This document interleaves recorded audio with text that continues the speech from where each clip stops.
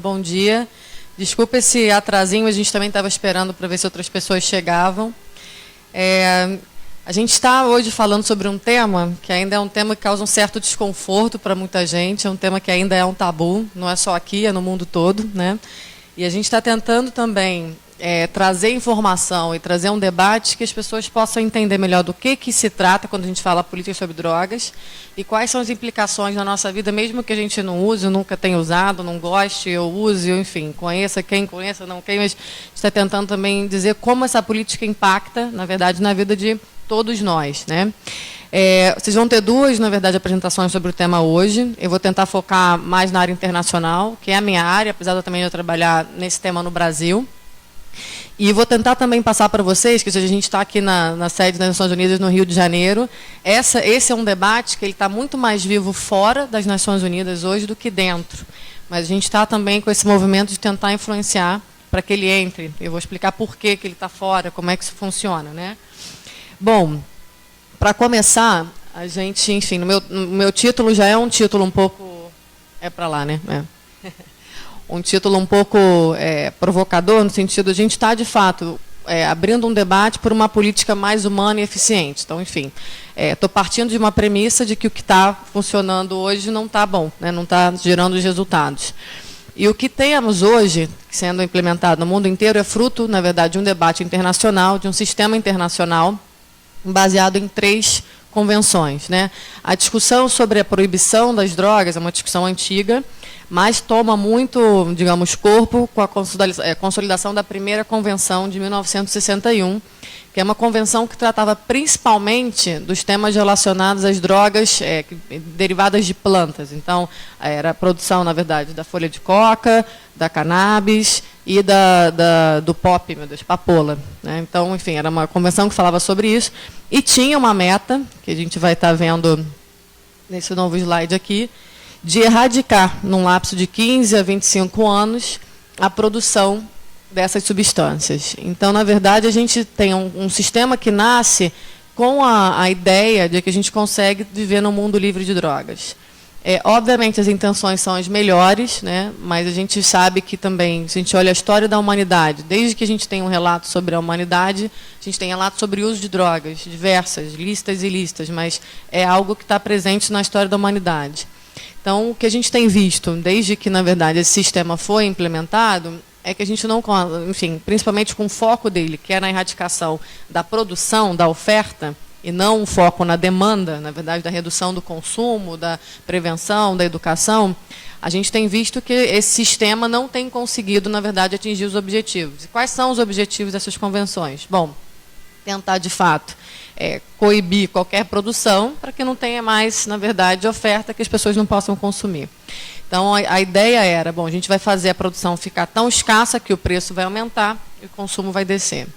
Bom, ao longo desses últimos anos, a gente vai ver o resultado, mas nada disso foi atingido, né? Mas essas convenções elas foram sendo, na verdade, melhoradas, né, com outras convenções e para dar conta de novas drogas que apareceram. Então, em 71 vem uma convenção que tem mais a ver com as drogas psicotrópicas, enfim, uma época que a gente conhece também do movimento de contracultura e muita droga nova aparecendo.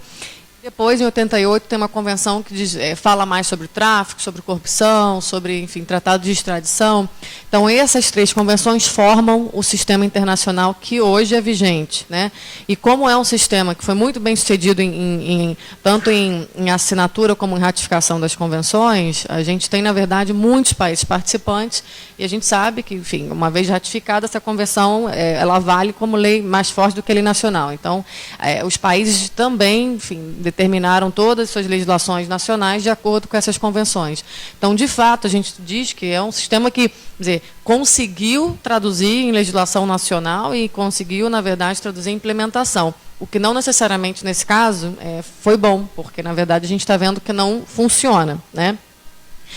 E, bom, o debate todo, né, vem a partir dessa constatação, 40 anos depois, isso ficou muito forte, enfim, há alguns anos atrás, de que essa guerra às drogas, que foi o sistema que tinha essa ideia de droga zero, tolerância zero, erradicação, Então, enfim, foi a constatação de também que a guerra às drogas acaba sendo uma guerra contra pessoas. Drogas são substâncias inanimadas, então a gente acaba fazendo uma guerra contra as pessoas. E a gente não conseguiu atingir nenhum dos objetivos. Então, existe hoje uma sensação, mesmo que as pessoas não saibam o caminho para onde ir ainda, mas existe uma constatação de que tem que se conversar, tem que se buscar alternativas, porque isso não está dando certo, né? Então, enfim, a gente já tinha mencionado, teve um aumento de consumo, e teve um fortalecimento, porque é um mercado negro, né, muito grande do crime organizado. Então, as drogas são as commodities, digamos assim, ilegais, na verdade, que têm maior margem de lucro. Então, o que aconteceu foi que essas organizações, que, na verdade, traficam, né, vendem, produzem e traficam as drogas, elas conseguem, na verdade, hoje, participar de uma série de outras redes ilícitas por conta do poder aquisitivo que as drogas trazem, né? Então, enfim, a gente vê que a gente sempre é uma afirmação um pouco forte, mas que quem se beneficia com essa política, enfim, não somos os cidadãos, não é a sociedade, não é o Estado, na verdade é o crime organizado. Então, a gente está buscando como é que a gente, na verdade, enfraquece o poder do crime, né? Que é o que acho que todo mundo quer, independente da ideologia, né? E a gente viu também que, enfim, a partir de como foi constatada essa questão, né, a gente viu vários efeitos secundários dessa política. Uma massa de encarcerados muito grande nos países onde tanto a produção, quanto o tráfico, quanto o consumo são altos, né? Então, a gente tem, enfim, a professora Luciana depois acho que pode estar passando mais essas informações, tem pesquisa dela mesmo, né, sobre o tema. Mas o padrão, enfim, em vários países do mundo, não é só na América Latina, nos Estados Unidos, é de fato de muita gente jovem presa por delitos relacionados ao tráfico, relacionados à simples posse de drogas, nada a ver com tráfico, e, enfim, que acaba sendo desproporcional ao tipo de delito. Quer dizer, a gente fala... no Brasil, você pode responder por homicídio em liberdade, você não pode responder por tráfico de drogas em liberdade, mesmo que não tenha nenhum agravante, como nenhuma porte de armas, agressão, quer dizer, é uma lei muito dura para o delito que é cometido. Então, eu matar alguém, eu posso esperar o julgamento em liberdade. Se eu for visto passando ou vendendo, enfim, um cigarro de maconha para alguém, eu não posso. É complicado, né? A gente sabe que a gente tem que buscar essa proporcionalidade.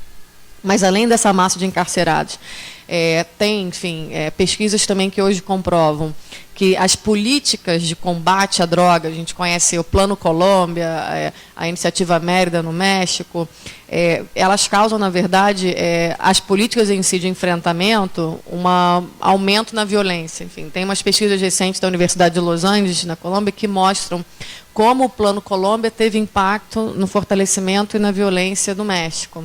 Então, enfim, como agora a mesma violência está indo em direção à América Central. Então, a gente chama isso de efeito balão, que antes era comprovado na produção de drogas também, a gente vai chegar até lá, mas também existe isso na questão do espalhar a violência. Então, quando você aperta muito o cerco de um lado, como existe demanda, como é um produto muito lucrativo, você não só vai transferindo a produção, como você também vai transferindo essas consequências indesejadas da política. Então, nesse caso, a violência.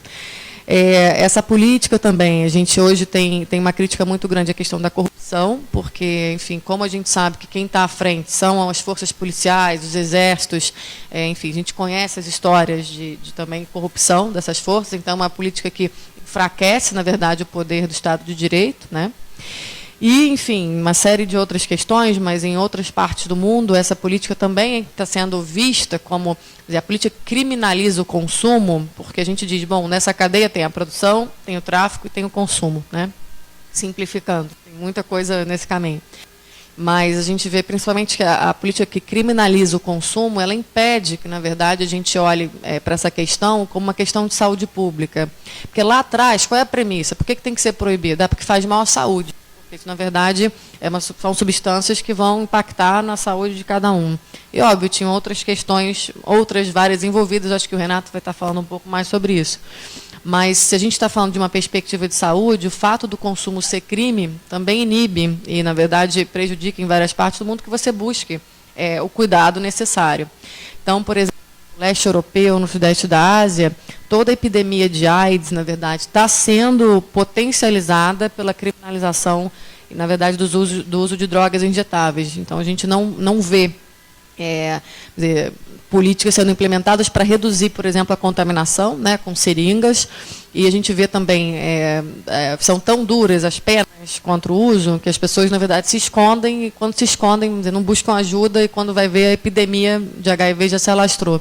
Então, enfim, isso tem acontecido muito, não só, mas no leste europeu e no sudeste da Ásia.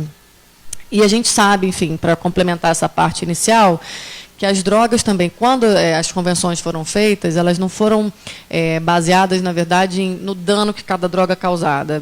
Foi um pouco aleatória a escolha de o que é proibido e o que não é proibido, ligado muito a algumas populações que usavam esse tipo de droga em alguns países.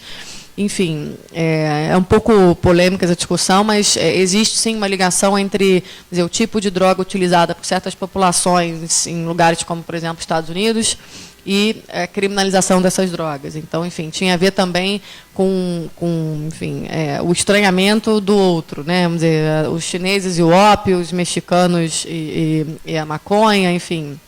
Isso a gente vai, na verdade, vai vendo que é uma política que é feita não em base científica, mas com várias questões culturais e de preconceito e de medo e de diferenças, né? E, enfim, hoje a gente vê que vários governos têm dúvidas, apesar de muitos ainda não falarem publicamente, enfim, paira no ar uma dúvida sobre quais são os próximos passos para essa questão. Então, aqui, rapidamente, enfim, isso aqui conforme... tem uma revista científica chamada Lancet, e esse é o ranking que foi listado como drogas e o dano que ela causa. Então, por exemplo, a gente vê aí que o álcool e o tabaco estão antes da cannabis, do LSD, do êxtase. Então, enfim, esse ranking, na verdade, hoje tem 2 ou 3 rankings que são científicos, enfim, são de estudiosos que tentam ver não só o dano individual, mas o dano coletivo. Então, na verdade, são índices com vários fatores, né? E eles tentam agrupar e tentam mostrar. Bom, a classificação hoje não está muito bem feita, porque a gente, na verdade, tem certas drogas listas, quer dizer, tem vários medicamentos tarja preta que estão ali nas primeiras, barbitúricos, enfim, benzodiazepinas, quer dizer, são vários, alguns remédios que estão aí, quer dizer, não pode comprar deliberadamente, mas podem ser usados. Outras drogas ilegais, com drogas legais, quer dizer, está tudo misturado de uma maneira que não faz muito senso. Quer dizer, a regulação dessas drogas não está muito de acordo com o dano que elas causam. E aí a gente fala ao indivíduo e à sociedade. Mas, enfim, isso é só para dar um exemplo do tipo de pesquisa que está acontecendo hoje para embasar, em algum momento, uma revisão também dessas categorias, do que é ilícito, o que é lícito, por quê, né? Bom, se a gente trazer um pouco para o contexto da nossa realidade aqui, a gente estava dizendo que não funcionou, né? Essas políticas não funcionaram. Então, na América Latina toda, a gente vê um aumento do consumo. Nas regiões desenvolvidas, onde, na verdade, o consumo já é mais antigo também, tem uma certa estabilidade. Quer dizer, em lugar nenhum está caindo vertiginosamente, mas nos Estados Unidos e na Europa, o consumo de drogas está basicamente estável. É uma curvinha que não é muito ascendente. Mas nas regiões onde, na verdade, existe trânsito, cada vez mais trânsito, né, desse mercado de drogas, o consumo está subindo. E a nossa região está encaixada aí. E qual é a questão, né? Vamos dizer, os países de trânsito, eles começam como, às vezes não são países consumidores, mas o trânsito também fomenta o consumo. Você vê que por onde passa a rota, e por conta também digamos, esse mercado paga muitas vezes não com dinheiro, mas com a própria droga, então a gente vê também o aumento do consumo. Então, enfim, um dos efeitos, na verdade, inversos do que a gente queria com essa política de proibição. Eu mencionei rapidamente a questão do efeito balão, e aqui, na verdade, a gente dá uma olhada na produção. Aqui o primeiro é o cultivo mundial de coca, mas baseado nos 3 principais países, Colômbia, Peru e Bolívia, e a produção mundial de cocaína, também Colômbia, Peru e Bolívia. Então, mesmo com grandes esforços, todos esses dados são dados da UNODC, né, do Escritório da ONU para Drogas e Crime. Então, são dados assim, os mais oficiais que a gente tem. Porque é um mercado ilícito também, a gente tem pouca pesquisa, é difícil fazer comparação internacional, enfim, é difícil as pessoas darem informação correta, tem muito medo aí. Então, a gente tem poucas fontes oficiais de dados e cada vez mais pesquisas piloto, localizadas em algumas realidades. Então, enfim, às vezes é difícil mesmo traçar novas políticas ou, enfim, conseguir, de fato, confirmar alguma coisa por dados, porque é ilícito. Mas aqui a gente gosta sempre de mostrar esse gráfico, porque ele dá uma... A gente sabe, enfim, não sei o quanto vocês estão familiarizados, por exemplo, com o Plano Colômbia e todo o esforço de erradicação forçada. A Colômbia foi um dos únicos países no mundo que, na verdade, foi o único, e está importar isso para o Afeganistão, que fumigava os cultivos, né, aéreamente, com os aviõezinhos, passando para eliminar os campos de coca. Enfim, é controversa política, porque acabava, na verdade, exterminando todos os outros cultivos para subsistência, mas teve um grande esforço de erradicação, e hoje é uma erradicação manual, mas quando a gente olha no resultado, apesar de a gente ter conseguido abaixar um pouco o cultivo em alguns países, os outros países ao lado absorvem, então o que a gente chama de efeito balão, quer dizer, diminui em um e aumenta em outro, e pelas técnicas de hoje em dia de produtividade, digamos assim, você consegue, na verdade, manter e até aumentar um pouco a produção de cocaína. Então, enfim, também com todo o esforço de erradicação, você não conseguiu diminuir a oferta de cocaína no mercado. Então, que é o segundo gráfico, que mostra também a diferença de quem produz mais ou menos, mas que a oferta global se mantém ali muito estável, né? Isso, enfim, é mais uma das comprovações que a gente tem. Esse gráfico também, que é só para, enfim, mostrar, na verdade, essa outra questão, que quando essa política de erradicação da oferta é colocada para funcionar, enfim, a expectativa é de que o preço vá subir, né?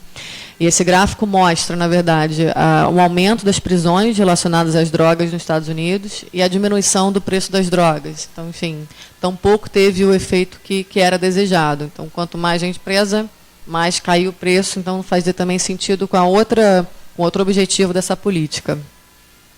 Aí, bom, vou falar um pouco sobre a questão do debate internacional e também tem muito a ver com o trabalho que eu realizo hoje. Então, dentro do sistema das Nações Unidas, esse é um tema complicado, polêmico, porque a maioria da votação nessa, vamos dizer, que rege esse sistema ou é consenso, é maioria, enfim, existem muitos países no mundo que, por exemplo, você pega toda a parte oriental, tende a ser muito mais conservador com a questão das drogas. Então, por exemplo, Sudeste da Ásia, Oriente Médio, Rússia, China, enfim, eles não vão deixar que essa discussão corra livremente. São países que têm um perfil mais autoritário mesmo, e onde essa política, como em outras partes do mundo, acaba sendo uma política também de controle, porque a política sobre drogas ela serve para o Estado ter poderes que, digamos, não seriam de Estado de Direito. Quer dizer, aqui no Brasil, só para dar um exemplo, a gente sabe que para entrar na casa de alguém você tem que ter um mandato judicial, né, de busca e apreensão, de prisão, seja do que for.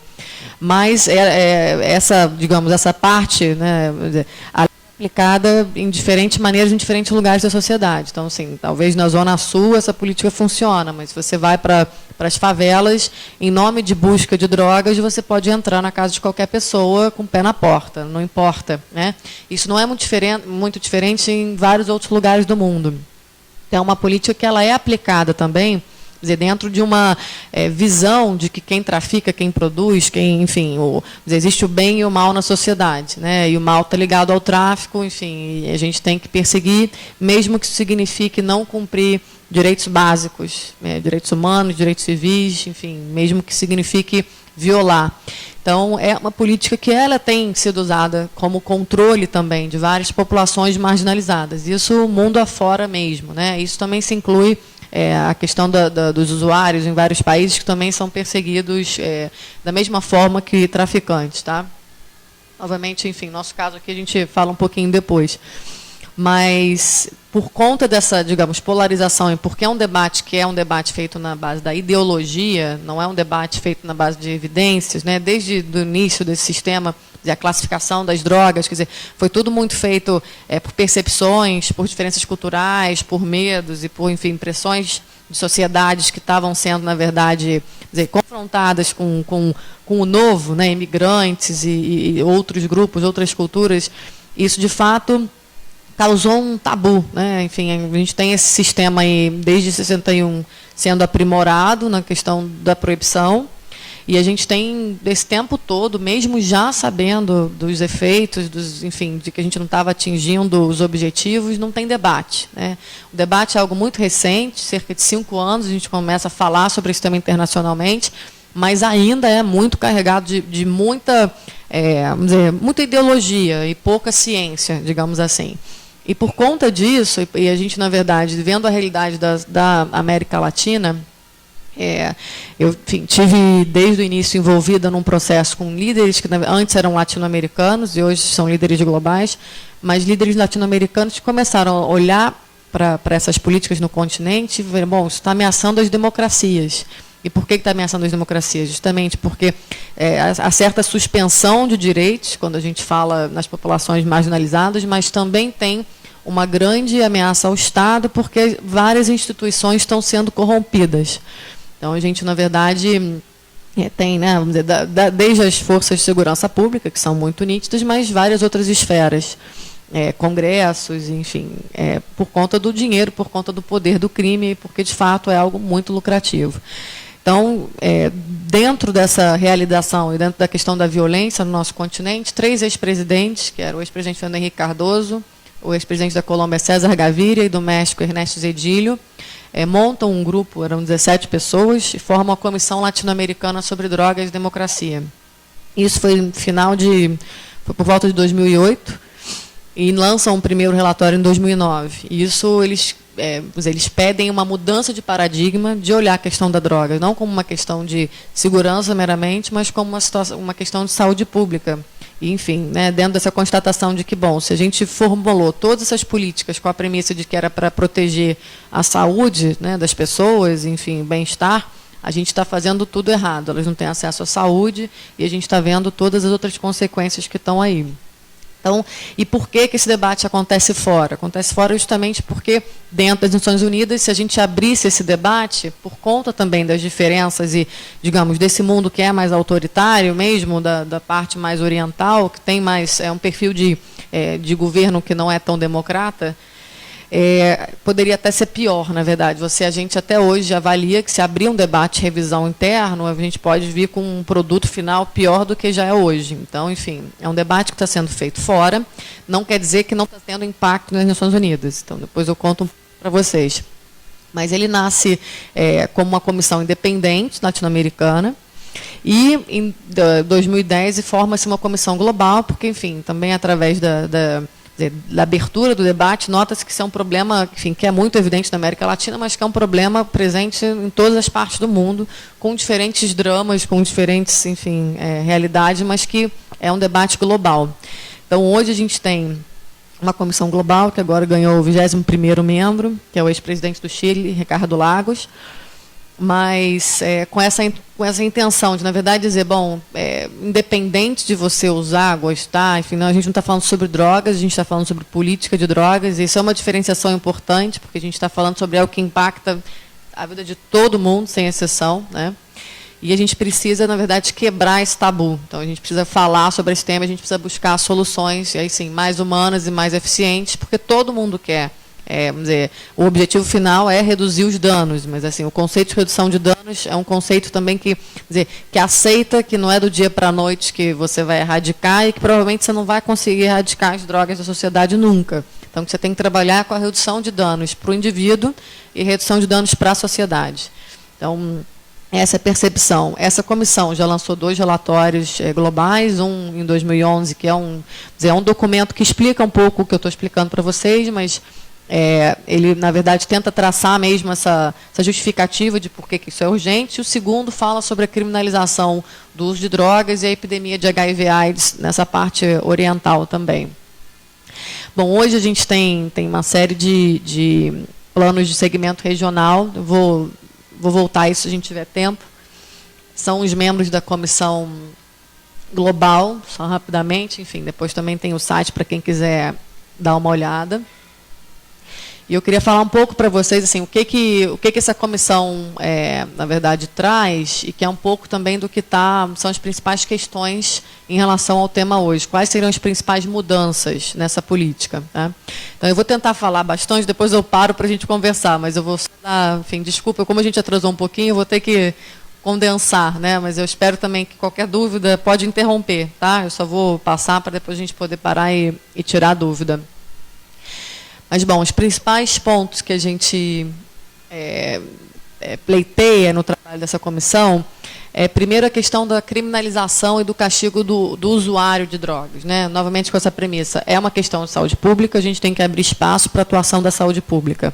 Então, a questão de ser desproporcional, o tipo de delito, né, vamos dizer, o uso de drogas, enfim, perto de todos os outros crimes que a gente conhece na nossa sociedade, a pena é desproporcional a ele, e tem esse foco de aplicação dura para as populações mais pobres, mais vulneráveis, enfim, e que, de fato, a gente vê que, ao longo do tempo, assim, a prisão, de fato, não tem um impacto, não persuade as pessoas a deixar de usar, nem deixar de traficar, quer dizer, tem ainda aí uma tentativa de fazer com que a lei mais dura funcione, mas o que a gente vê é que, mesmo com as experiências de lei duríssima, não teve impacto nenhum sobre o que queria se impactar. Então, o que a gente diz, bom, é mais fácil ter a certeza da pena do que essa desproporcionalidade da pena, quer dizer, enfim, criar penas, e aí pode ser em várias esferas, não só a esfera criminal. Então, existe a primeira questão, que é tentar um consenso maior de que o uso não é crime e tirar o usuário da esfera criminal, e vários países já fizeram isso, a gente chama de descriminalização. Esse debate é um debate no Brasil ainda bem complicado, mas dizendo que essa mudança está dentro das convenções, você não precisa sair ou enfim, quebrar as convenções para fazer essa mudança, porque as convenções, apesar de ser muito rígido em relação à proibição da produção e da venda, ela deixa um certo quê de dizer, cada Estado é soberano para decidir sobre o consumo, recomenda a proibição, a criminalização, mas não é tão enfático. Então, vários países conseguiram dar esse passo, por exemplo, Portugal, Espanha, enfim, na Holanda, Suíça, aqui no nosso... perto de nós, Uruguai, o México, a Colômbia, sempre foi um país onde não era criminalizado o uso. O Uribe tentou 6 vezes mudar a Constituição, conseguiu, mas a Corte Suprema já, na verdade, voltou atrás, diz que é inconstitucional. Já tem uma lei no Senado que também já caracteriza, de novo, como saúde pública e não como crime. Então, enfim, dentro da nossa realidade também vários países já deram esse passo. E por que a gente acha que isso é importante? Porque isso quebra, primeiro é tentar quebrar o vínculo mesmo, na verdade, do uso com o crime, né? Dizer, bom, quem precisa de ajuda tem que poder procurar ajuda sem medo, mas também você evita a corrupção, quer dizer, se você sabe que você foi pego e você pode estar sendo fichado, né, criminalmente, enfim, abre um espaço enorme para corrupção, para extorsão, e, novamente, também, essas leis são dúbias. Então, enfim, se é uma pessoa de classe média, classe alta, é usuário, se é uma pessoa de classe mais pobre, acaba sendo traficante. Tem muita gente presa por uso de drogas, não só aqui, mas, enfim, em vários lugares onde esse não era o caso, né? Só para dar um enfoque rapidamente. No Brasil, a lei despenalizou, tirou a pena de prisão do uso, mas continua sendo crime. Então, quer dizer, o que acontece novamente, assim, a aplicação ela é bastante complicada. Novamente, nas pesquisas que a professora Luciana realizou, você consegue ver que tem muita gente, a gente chama dos peixes pequenos, estão presos, né? Tem muita gente que é réu primário, que não estava, enfim, com arma, que não é associado à quadrilha, estava com a quantidade de drogas que, em outros países onde é descriminalizado, seria, de fato, enquadrado como usuário, não como traficante. Mas, enfim, a gente vê que é um extrato da sociedade que é o extrato mais marginal. Então, digamos, o primeiro ponto que está sendo discutido muito fortemente, que vários países já deram esse passo, é a questão da descriminalização do uso, né? Terminar com essa política de medo que impede a questão da saúde pública. Então, enfim, é um pouco totalmente essa história. A gente fala, bom, descriminalizar, vai aumentar o consumo, não vai aumentar o consumo. Enfim, a gente tem algumas pesquisas recentes, tanto focalizadas em países que descriminalizaram, como, enfim, uma mais geral, que fala acho que são 24, 25 países, que mostra que não tem essa correlação de descriminalizar, quer dizer, tirar, não é legalizar, não é dizer que a droga é legal, a cadeia como um todo, porque, enfim, você não está legalizando a produção nem a venda, você só está tirando o consumo da esfera. Então, todo mundo fala, mas é uma situação meio esquisita. É um meio do caminho, mas é um meio do caminho que tenta começar a buscar políticas que funcionem. Ninguém tem a resposta para como deveria ser esse sistema. Tá? Então, assim, a gente está, de fato, tentando abrir caminhos para que também o tema possa ser mais debatido, que a sociedade possa acompanhar as mudanças que certos governos já estão querendo implementar. Aí, bom, essa questão da criminalização teria que vir, né, a descriminalização, vir totalmente relacionada a um enfoque de saúde, quer dizer, você tanto trabalhar melhor na prevenção, que é a questão, digamos, que a gente chama de educação honesta, não é a prevenção que mente, ou a prevenção que, vamos dizer, vai dizer uma coisa que o jovem depois vai experimentar e acha que é outra. Então, é você, na verdade, educar pessoas para que elas tomem as decisões corretas na sua vida, né, e saibam das consequências, dos riscos, mas também possam pedir ajuda, se precisarem. Né? Então, enfim, começa por uma prevenção diferente da que a gente tem hoje, que é muito baseada no diga não, faz mal, vai te matar. Enfim, isso não é uma... A gente já viu, a gente não tem muita avaliação aqui no Brasil, mas tem várias avaliações sobre essas políticas fora. A gente vê que não funciona. Quer dizer, tem, às vezes, até uma... Quer dizer, esse tipo de política pode ter até o efeito inverso, de pessoas que passaram por certa educação mais, digamos, também tabu sobre drogas, tendem a usar mais do que pessoas que tiveram uma educação honesta sobre drogas, enfim. Então, a gente acha que isso tem que vir com a questão da redução de danos, que é aceitar que a pessoa pode decidir não parar de usar drogas nunca, ou parar um dia, mas que isso, na verdade, faz parte de um processo, que você pode, sim, melhorar a questão da saúde, melhorar tanto a vida laboral da pessoa, enfim, dá para melhorar. Então, a gente vê aí a situação do crack hoje, e em vários países isso ficou muito forte com a questão da heroína. A gente viu, na verdade, quando a sociedade não pede a resposta que a gente está pedindo, porque a nossa sociedade quer se livrar do problema, quer botar para debaixo do tapete, tipo, tira todo mundo daí que eu não quero mais ver isso. Mas, enfim, a gente sabe que toda política que é feita dessa maneira, ela não é sustentável. Então, você tem que tentar resolver o problema. Para resolver o problema, você tem que aceitar certas premissas que são difíceis, como muita gente não vai deixar de usar. Se não vai deixar de usar, o que é melhor? Comprar de um traficante? É melhor usar uma substância que você não sabe qual é a qualidade dela? É melhor usar seringa ou cachimbo contaminado? Ou é melhor a gente tentar oferecer desde pequenas coisas, como kits de uso seguro, que você possa jogar fora, descartável, a espaços onde o uso seja mais seguro, onde tenham profissionais de saúde, onde você possa estar ajudando aquela pessoa nos próximos passos, a partir de uma vontade de tratamento, de melhorar. Na Europa existem na verdade, são 12 países que tem, que a gente chama de salas de consumo. São locais onde as pessoas que têm dependência, geralmente a heroína, podem consumir a droga. Algumas dessas salas, a droga é dada pelo governo. E por quê? Bom, diminui overdose, diminui risco de contaminação de doenças, enfim, não só HIV, mas hepatite e outras doenças virais. Também consegue cortar o vínculo do usuário com o traficante, porque, enfim, tem uma experiência na Suíça que é muito interessante. Geralmente, os dependentes, eles são responsáveis por consumir boa parte dessas drogas pesadas que estão no mercado.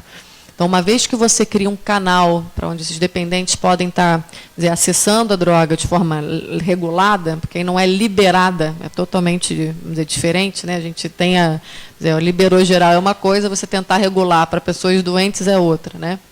Então, enfim, a gente conseguiu ver na Suíça que eles, por conta desse canal que abriu com as salas de consumo, eles enfraqueceram o tráfico a ponto de não ser sustentável, porque a maior parte mesmo dos usuários eram os dependentes, os próprios dependentes compravam um pouquinho a mais para revender, então eles quebraram os vínculos e o mercado se enfraqueceu enormemente. Então, na verdade, caiu absurdamente o número de pessoas que usam e que são dependentes de heroína na Suíça.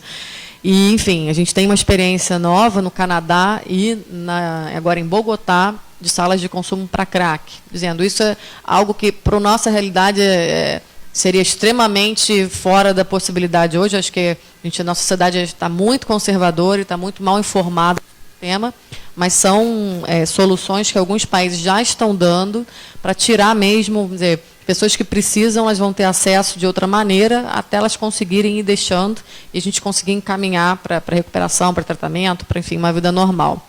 Enfim, soar um pouco futurista, mas isso já acontece em várias partes do mundo, né?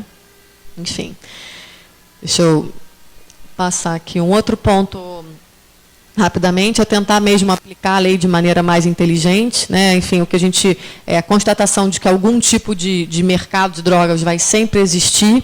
Então, como é que você consegue até pensar, né, em separar que substâncias podem estar mais ou menos reguladas, ou o que de fato não dá para negociar nessa, quer dizer, quando a gente está falando de saúde, quando a gente está falando de tentar tirar as pessoas, né?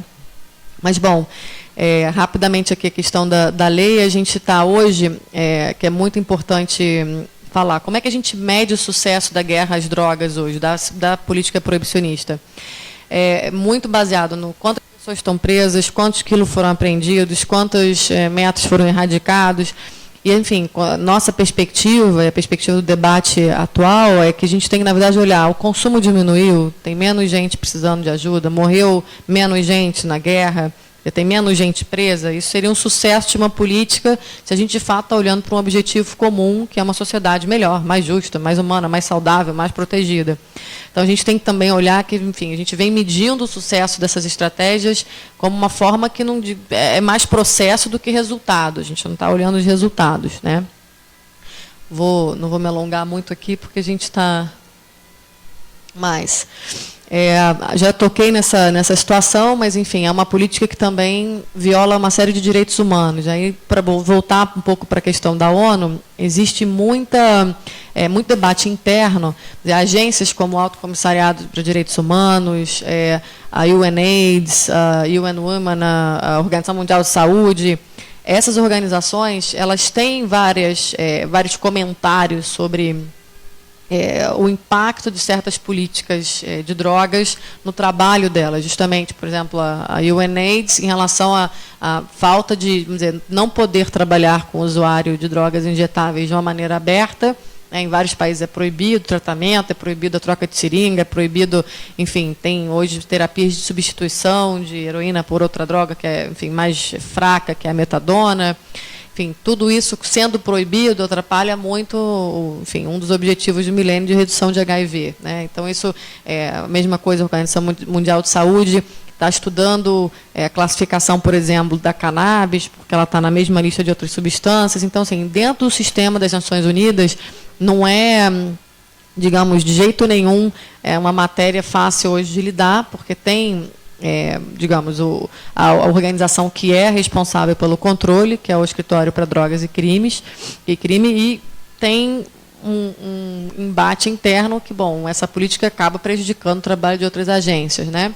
Por conta disso, o secretário-geral criou uma força-tarefa, que é uma força-tarefa um pouco ampla, que fala de outras redes ilícitas, mas que fala sobre crime organizado e drogas, e está sendo coordenada pelo Escritório de Políticas, que é ligado direto ao secretariado, e pelo UNODC, mas tentando ouvir as agências para entender como é que pode criar uma política mais coesa internamente, para que, de fato, não tenha essa discrepância, né? Quer dizer, uma política que é implementada mais dura, tem um impacto muito grande em desenvolvimento, em saúde, enfim, por exemplo, na questão das mulheres e o sistema penitenciário. Então, isso começou a estar mais claro, e a gente vê que, eu acho que o debate começou a entrar novamente, né, na ONU. Então, enfim, ele acontece fora, mas ele começa a se comunicar. Não que isso vá ter algum impacto direto nas convenções nem tão cedo, mas eu acho que o fato de ter o debate, de fato, ajuda bastante. Aí vou mostrar para vocês um pouquinho assim, o que pode ser feito no sistema atual sem quebrar a convenção, né? E por que a gente fala sem quebrar a convenção? Porque, de fato, a gente, enfim, no Estado de Direito, a gente acha que é importante, se tem convenções, se todo mundo quiser quebrar a convenção e não cumprir mais nada, é um problema, né? Enfim, a gente espera que, se tem uma convenção, você tem que ser a convenção e achar maneiras de mudar ou de criar ressalvas, né? Enfim, cessar, criar ressalvas de acordo com essa realidade. Mas dentro do sistema de controle de drogas, a questão de você sair e voltar com ressalvas é bastante complicado. Teve um caso agora, que foi um caso totalmente atípico, que é o caso da Bolívia. A Bolívia não aceitava que a folha de coca tivesse, na verdade, na mesma categoria de substâncias proibidas da cocaína. E, enfim, é assim a realidade. Então, resolveu sair, quer dizer, tentou mudar internamente, não conseguiu. resolveu sair da convenção e voltar com uma ressalva. Todo mundo falava, nossa, vai ser muito difícil voltar, porque vários países vão tentar impedir. De fato, vários tentaram, mas não foi o número suficiente para impedir que a Bolívia retornasse. Então, pela primeira vez, nessa debate recente, um país que é produtor de cocaína, então por isso que tem mais complicação, né, essa questão, conseguiu sair e voltar. Então, enfim, mandou um sinal também de que, bom, talvez não seja tão difícil modernizar as convenções. Porque, além da crítica de não funcionar, outra crítica é cada país tem uma realidade. Então, se essas convenções não abrem nenhuma brecha para você tentar uma legislação nacional que atenda às realidades locais, a gente, enfim, já viu que isso não adianta, né? Uma receita, vamos dizer, única, num tema onde cada país, um é produtor, outro é consumidor, outro é trânsito, outro é tudo, outro não é nada, enfim, como é que você pode aplicar a mesma coisa, né? Então, é dizer, a gente tem que ter, sem dúvidas, um sistema de regulação, de controle, mas, enfim, novamente, começa-se a ter a possibilidade que era inimaginável até 5 anos atrás. Eu digo isso porque eu tenho acompanhado desde o início desse debate internacional. Vamos dizer, a gente não imaginava que a gente teria, vamos dizer, essa massa crítica que está se formando internacionalmente hoje. E que, enfim, a gente está vendo que é possível, né? Enfim, o caso da Bolívia abre acho que um bom canal de conversa sobre como é que os países podem adequar suas legislações, não tendo que romper com as convenções, mas adequando certas questões. Então, enfim, dentro do que a gente conversou, de tirar o uso da esfera criminal poderia ser feito dentro das convenções. Vários países já regularam o uso da cannabis medicinal e, enfim, o autocultivo para consumo pessoal também tampouco tem que quebrar a convenção. A gente tem aí, enfim, 17 estados americanos, vários países da Europa Ocidental, Israel, Austrália, enfim, a gente tem uma experiência ainda mais avançada na Espanha, que é como é descriminalizado e como você pode plantar um certo número de plantas de cannabis. Os usuários na verdade, organizaram em cooperativas e conseguem, enfim, quebrar totalmente o vínculo com o tráfico. Eles têm o que eles chamam de clube cannabis, são usuários que têm clubes de usuários cadastrados e que plantam, enfim, não compram, eles racham o custo da produção. Quer dizer, é uma experiência mais avançada que a gente tem em regulação, até, na verdade, o que aconteceu nos Estados Unidos agora, que 2 estados resolveram legalizar toda a cadeia. Vamos falar sobre isso já. E uma terceira questão que a gente tem visto sendo muito discutida, alguns países implementando, é a gente conseguir penas alternativas, quer dizer, novamente tentar ser proporcional ao delito. A gente sabe que tem muita gente que não é assassino, violento, enfim, que está ligado à cadeia do tráfico, a gente chama de mula, avião, enfim, tem muita mulher, a gente tem aí também, novamente, eu uso bastante os dados da Luciana, porque a situação prisional das mulheres, enfim, a maioria é por tráfico de drogas e por... Quer dizer, não são pessoas, digamos, que você diria que são uma ameaça à sociedade, são pessoas que estão fazendo por condições socioeconômicas, e a gente tem que olhar, quer dizer, dá para botar todo mundo no mesmo saco, dizer que todo mundo é traficante, violento, homicida, não dá. Então, como é que a gente pode olhar para essa escala mesmo de delitos que são cometidos mesmo no campo do tráfico, né? Aí, obviamente, focar muito também na questão de jovens e tentar criar oportunidades para os que estão egressos de prisões e do sistema de justiça juvenil. Então, enfim, esses três pontos são pontos que a gente vê hoje como de discussão e de acordo com as convenções. E vários países estão testando, às vezes de forma conjunta, às vezes de forma separada, essas mudanças. Tá? Aí, bom, passei... não. Agora sim. Aí, bom, esse ponto é o ponto mais complicado, que é um ponto, na verdade, que a gente tem que falar, porque não dá para ficar no tabu, né? Mas, nessa lógica da guerra às drogas, existem algumas frontes, nem é muito a Comissão Global. A Comissão Global, por ser também uma comissão são 7 ex-presidentes, o Kofi Annan, enfim, é uma comissão também um pouco... digamos, não é a mais progressista, eles são bastante pragmáticos, mas também são um pouco conservadores, então esse debate não é um debate, a comissão, como muita gente acha, não é um órgão que diz tem que legalizar tudo, enfim, não é, óbvio que a mídia às vezes bota esse tipo de retrato, mas existe uma das recomendações que é avaliar a questão de regular principalmente as drogas mais leves, como a cannabis, para ver se isso teria impacto no crime organizado. Mas, enfim, existem outros grupos que propõem uma regulação, uma legalização mais ampla. Mas o que seria essa discussão, né? O principal motivo dela é dizer, bom, se vai ter droga sempre, né? É melhor que a gente tenha uma política como é a do tabaco, por exemplo, para certas drogas. E, novamente, cada droga é uma droga, a gente colocou tudo no mesmo lugar nas convenções, mas cada uma tem um efeito e vai requerer uma política diferente. Algumas provavelmente nunca vão ser reguladas, né? Então a gente não gosta de falar legalizar, porque dá uma sensação bem diferente, é liberar, é como se fosse estar acessível. O que a gente diz, bom, hoje está acessível, na verdade. Hoje é proibido, mas em qualquer lugar do mundo, onde você vá, você quer comprar droga, você compra. Em qualquer cidade, no país mais fechado. Enfim, esses dias eu estava conversando com uma pessoa do Butão, eles são com problemas de droga no Butão, você imagina, enfim, se no Butão, que é um país super fechado e tal, quer dizer, você não consegue controlar em presídio de segurança máxima.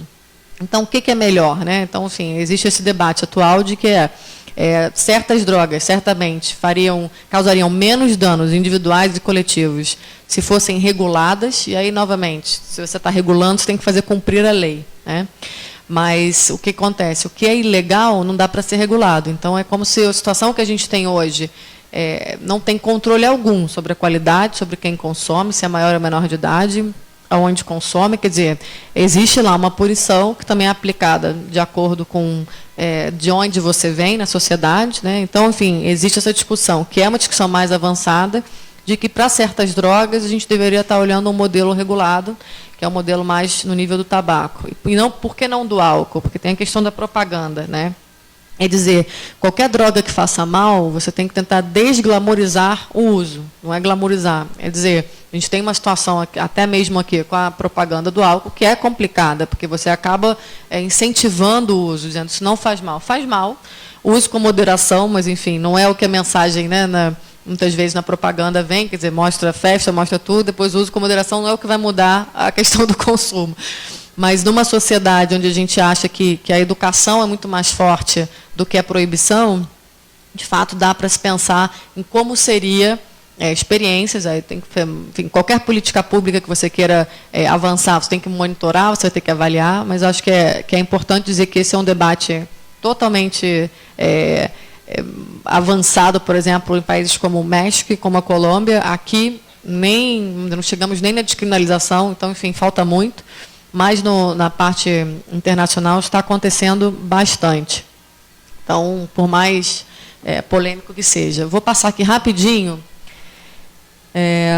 só para mostrar, enfim, a América Latina, na verdade, as Américas, é onde esse debate está mais avançado. Que são vários círculos aqui, vou demorar bastante. Vou botar todos, que senão vou ficar tentando passar. E eu vou explicar rapidamente. Queria mostrar para vocês, assim, na geopolítica hoje das drogas, a América Latina e os Estados Unidos é a região onde as coisas estão acontecendo.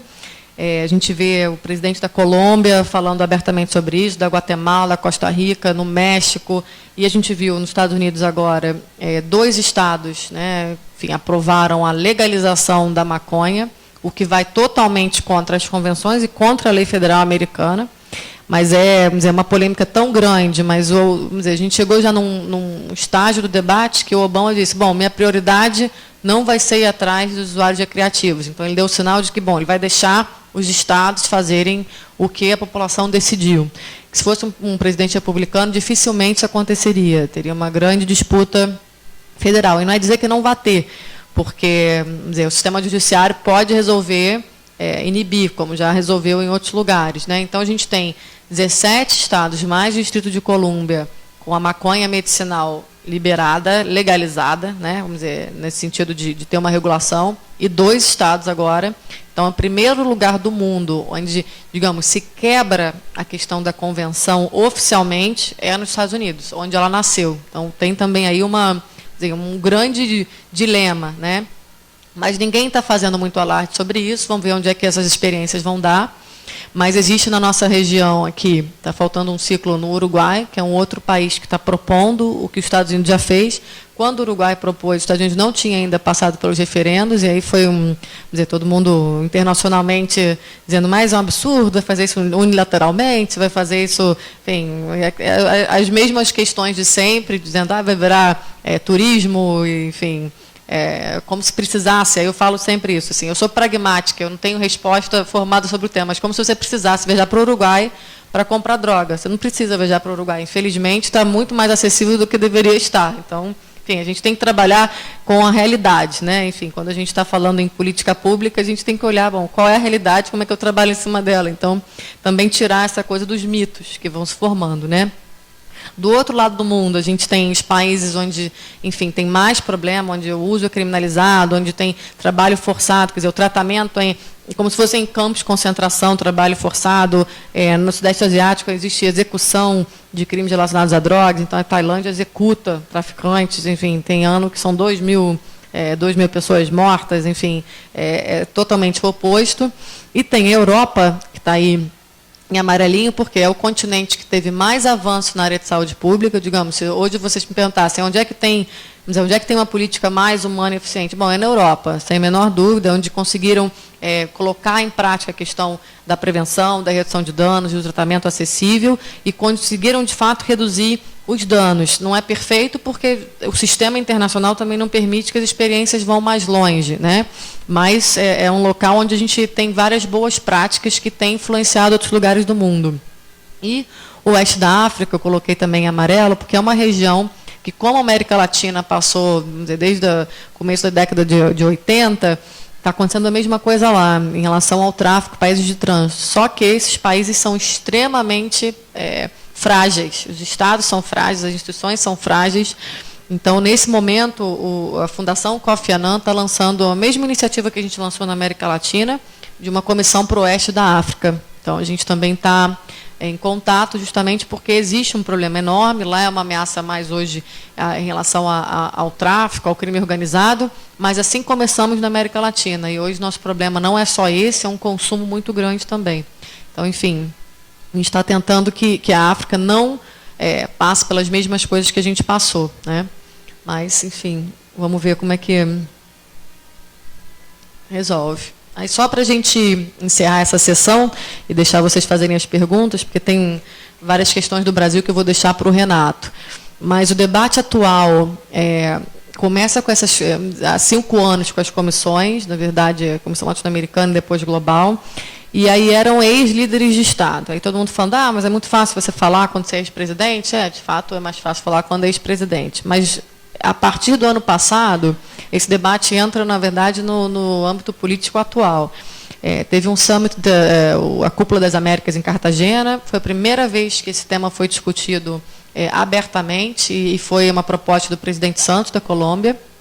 Então, enfim, já tinha dado entrevistas, mas foi o primeiro encontro multilateral onde esse tema foi a 4 portas, ninguém participou, foi uma sessão fechada. Então, enfim, a gente tem os relatos de alguns chefes de Estado que, na verdade, contaram o que aconteceu, mas foi quando se determinou, também novamente, pela primeira vez, que esse era um problema que necessitava de outras alternativas e que a gente, então, deveria fazer um estudo, uma avaliação sobre as políticas e sobre cenários possíveis.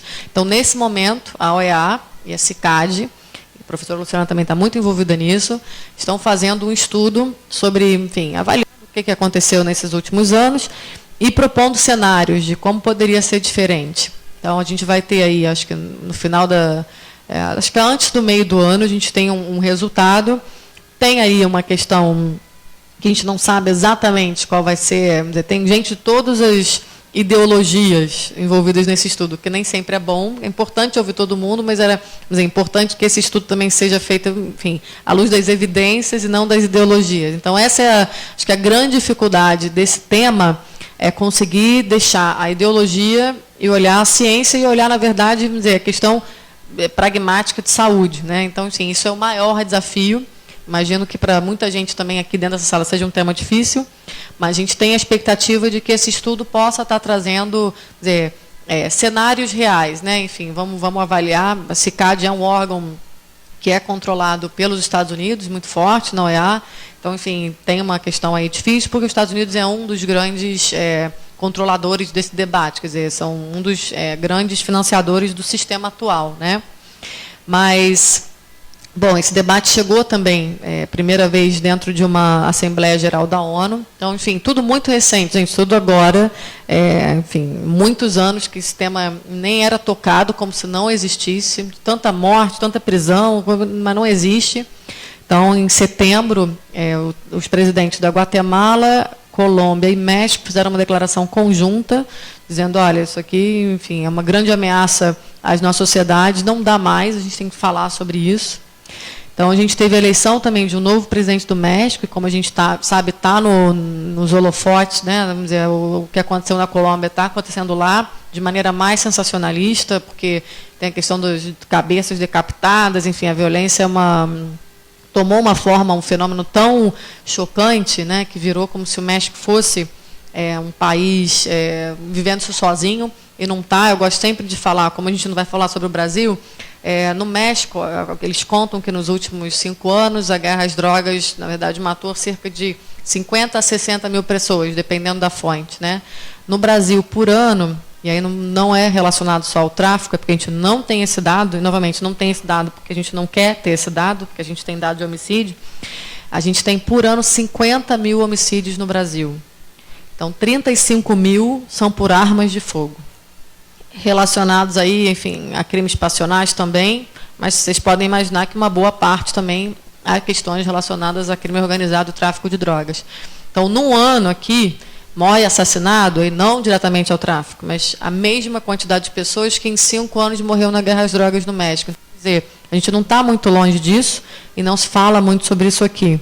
Eu falo isso porque a gente está tentando trazer mais esse debate para o Brasil, porque a gente tem problemas tão sérios, ou às vezes até maiores, do que o México e a Colômbia, mas a gente não fala sobre isso, né?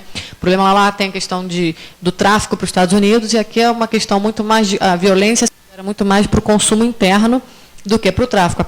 A gente é muito, enfim, tem várias rotas que passam pelo Brasil de tráfico, mas a maior parte da nossa violência é gerada pelo domínio do mercado local, que é o mercado consumidor, né?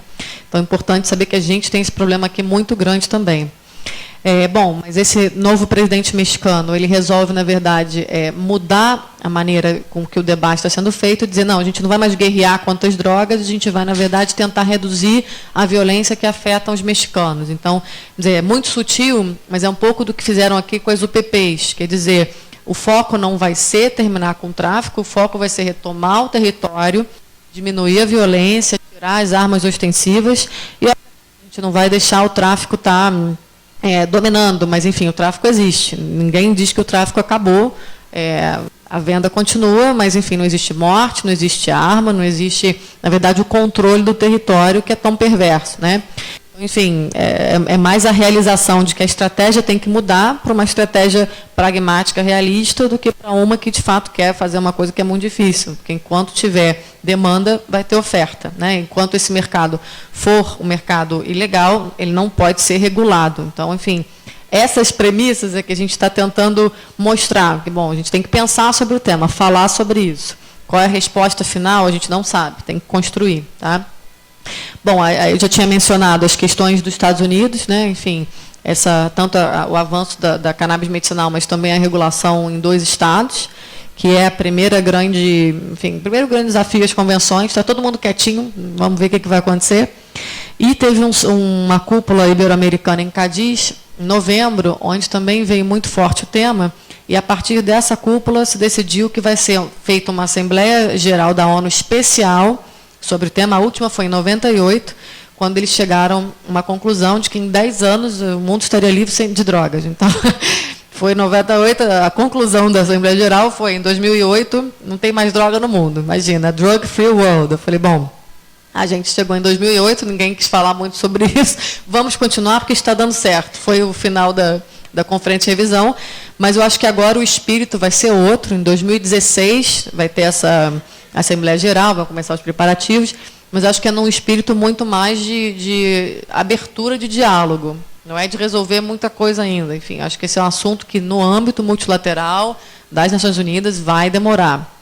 mas eu acho que a gente pode ver, pelo menos, uma realização maior sobre, enfim, falar sobre a verdade, né? Falar sobre o que está acontecendo, porque, novamente, né? Enfim, ninguém está querendo mais consumo, mais morte, mais prisão. É o contrário, todo mundo está buscando uma maneira de melhorar a situação. Aí, bom, eu vou parar aqui. A outra parte é sobre o Brasil. Se o Renato não falar com vocês, eu tenho certeza que a professora Luciana pode falar, mas eu também acho que o Renato vai trazer isso bem forte. E, enfim, gostaria de ouvir dúvidas, críticas, perguntas mesmo.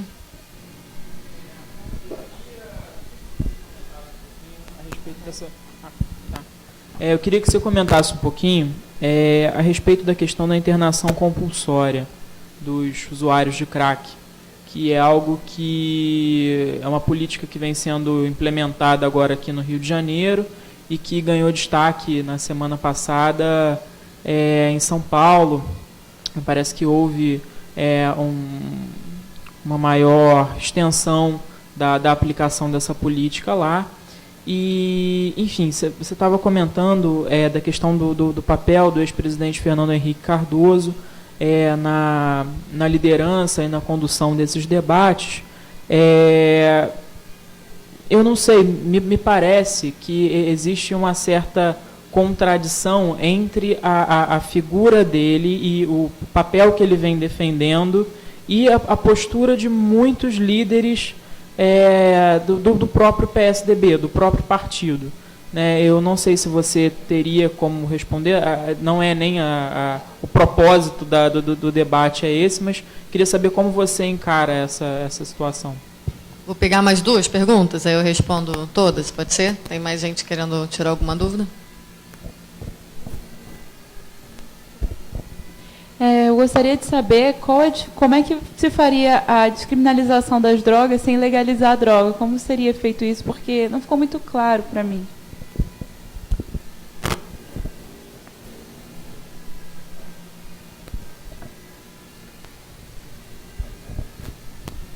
Me parece que no Brasil esse debate sobre a discriminação das drogas sofre muita resistência a partir de setores ligados ao conservadorismo religioso. Isso, para mim, é muito claro. Eu gostaria de saber como é a atuação desses mesmos setores religiosos em outras partes do mundo. Se eles também oferecem grande resistência ou se a resistência ao debate parte de outros setores da sociedade. Tá, perfeito. Vou pegar, depois a gente vê se tem... Acho que dá para fazer mais uma rodada. Sobre a questão da internação compulsória, eu acho que, novamente, o Renato vai tratar, provavelmente, muito disso, mas vou trazer um pouco dessa discussão também internacional, para vocês entenderem onde ela está baseada.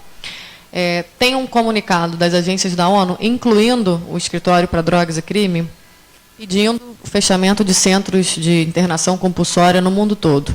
Por quê?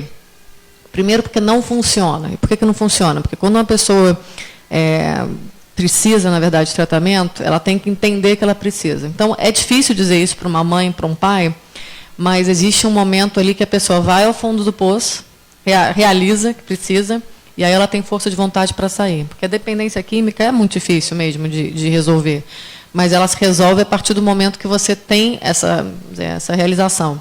Então, enfim, ela não funciona porque, geralmente, enfim, conversando com psiquiatras aqui do Brasil, cerca de 90% das pessoas que vão para algo involuntário, compulsório, reincidem, não conseguem se livrar da dependência.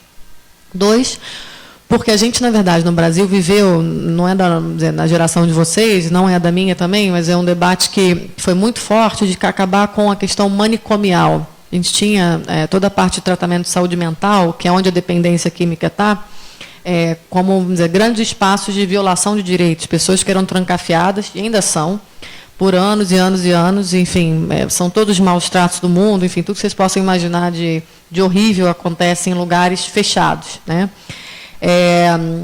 Não precisou muito para a gente ver que aconteceu a mesma coisa com a questão da internação compulsória. Não sei se vocês acompanharam nos jornais, só o Jornal Dia, que documentou isso enfim, com acho que cuidado mesmo que deveria documentar, o abrigo dos adolescentes aqui no Rio, 5 abrigos de adolescentes que eram internados compulsoriamente por causa de crack, era, na verdade, liderado por um policial que tinha 42 autos de resistência, significa execução, um cara que matou 42 pessoas executadas, não tinha julgamento, né?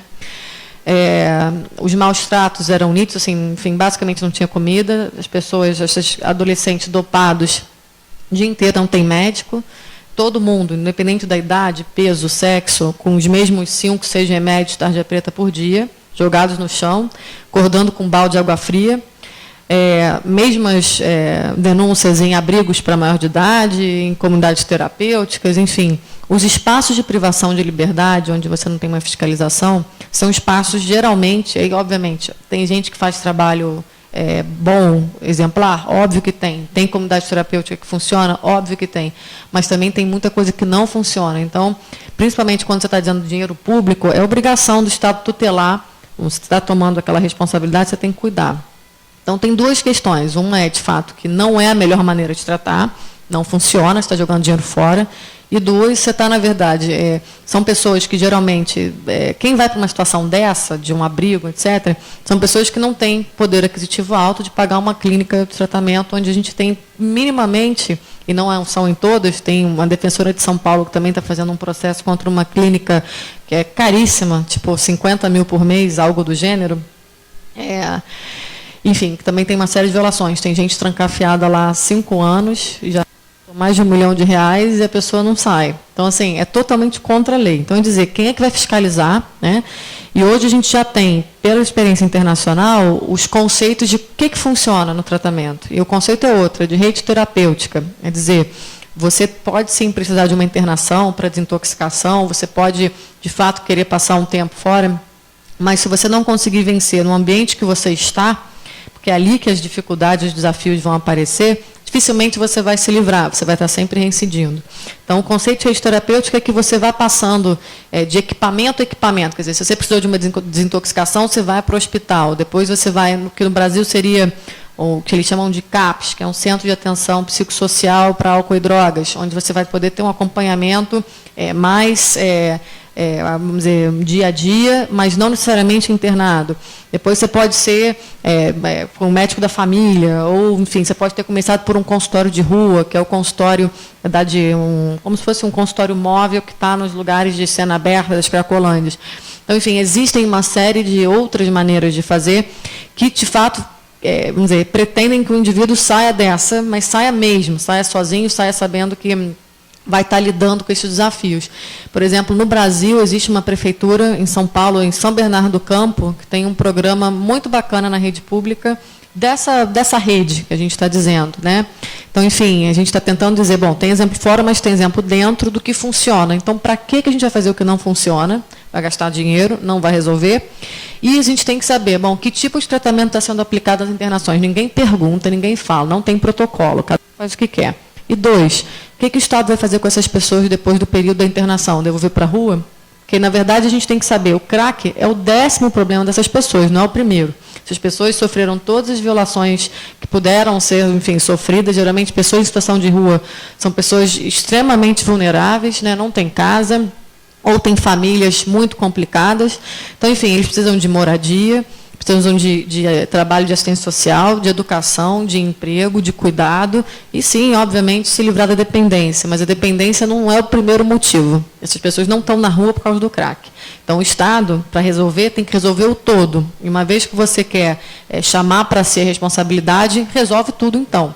Enfim, não vai tirar e devolver para o mesmo lugar, que, enfim, é isso. Na verdade, são respostas imediatistas que não vão solucionar nada, né? Infelizmente, se fosse resolver, a gente podia pensar como, quais são os critérios, etc. Mas não vai e abre uma porta enorme para violação mesmo, né?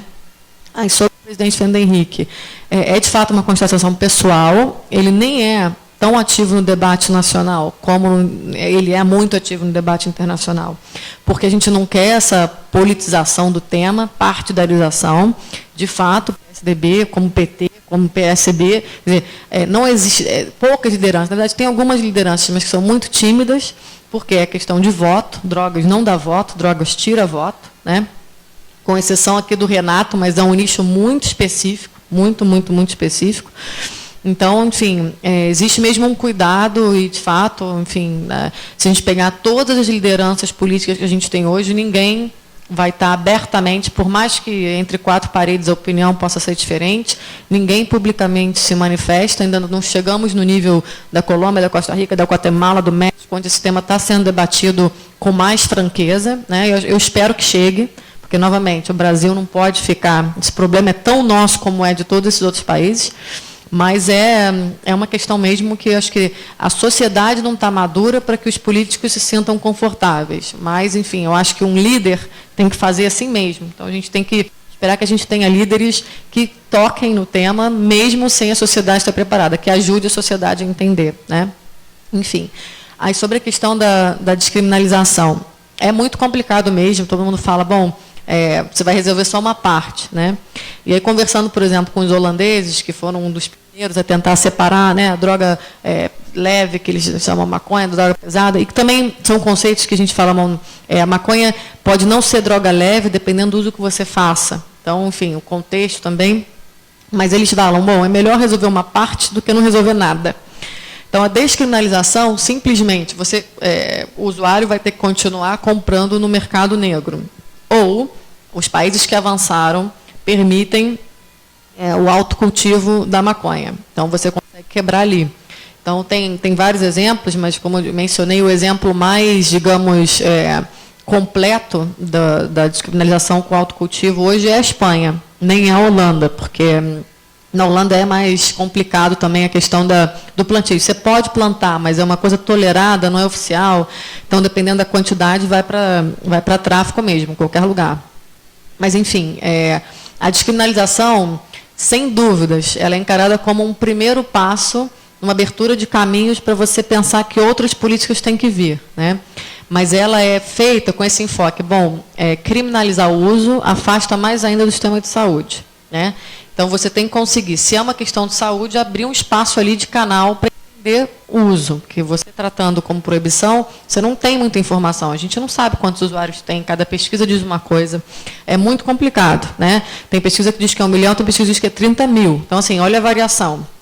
Né? Então, assim, é muito complicado. Mas a gente tenta, com a questão da descriminalização, abrir uma porta de contato e poder ajudar, de fato, os usuários.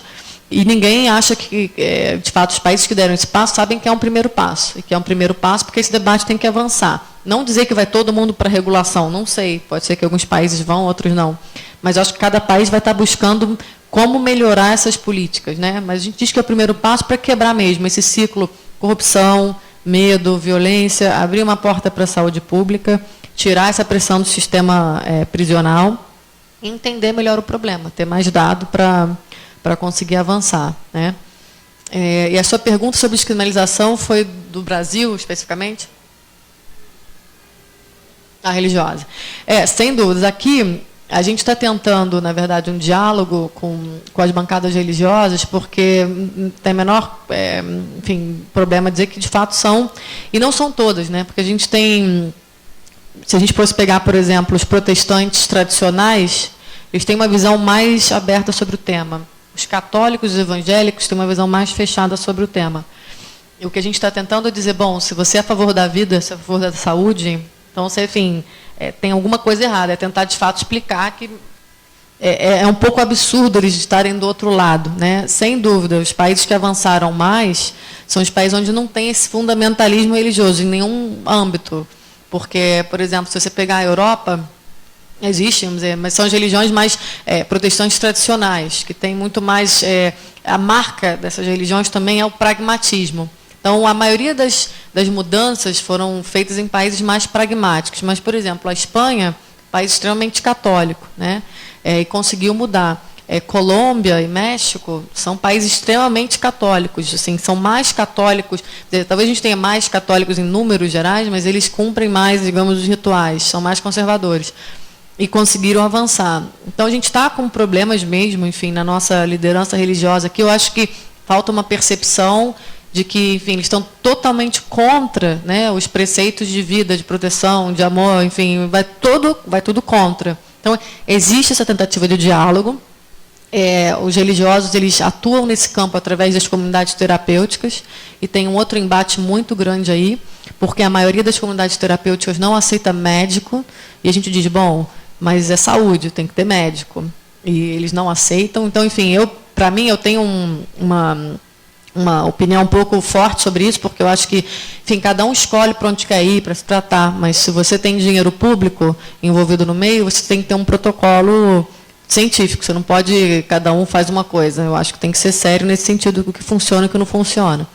Então, a gente está tentando também causar, vamos dizer, os encontros do SUS com a comunidade terapêutica, conversar com as bancadas no Congresso de que a gente não está tratando de nada mais do que proteção da vida. Então, enfim, a religião tem que conseguir olhar, né? E dando os exemplos de países que, enfim, são pessoas de religião e conseguiram olhar por essa vertente. Então, assim, eu acho que também a gente não... Esse tema também não pode ser tabu, né? O que eu estou falando aqui, para muita gente assim, você está falando isso, estou falando porque tem que ser falado, né? Porque a gente tem que conseguir conversar. Porque, enfim, eu adoraria que pudesse ter uma pessoa aqui, enfim, que é contra, para expor a posição, mas, geralmente, a gente não tem encontrado pessoas para debater nesse tema com uma posição do outro lado que sente aqui para conversar com a gente, porque existe uma posição muito mais, digamos, de não querer olhar o que a gente está falando. Eles vão continuar batendo na posição mais ideológica. Então, o que a gente está buscando é romper mesmo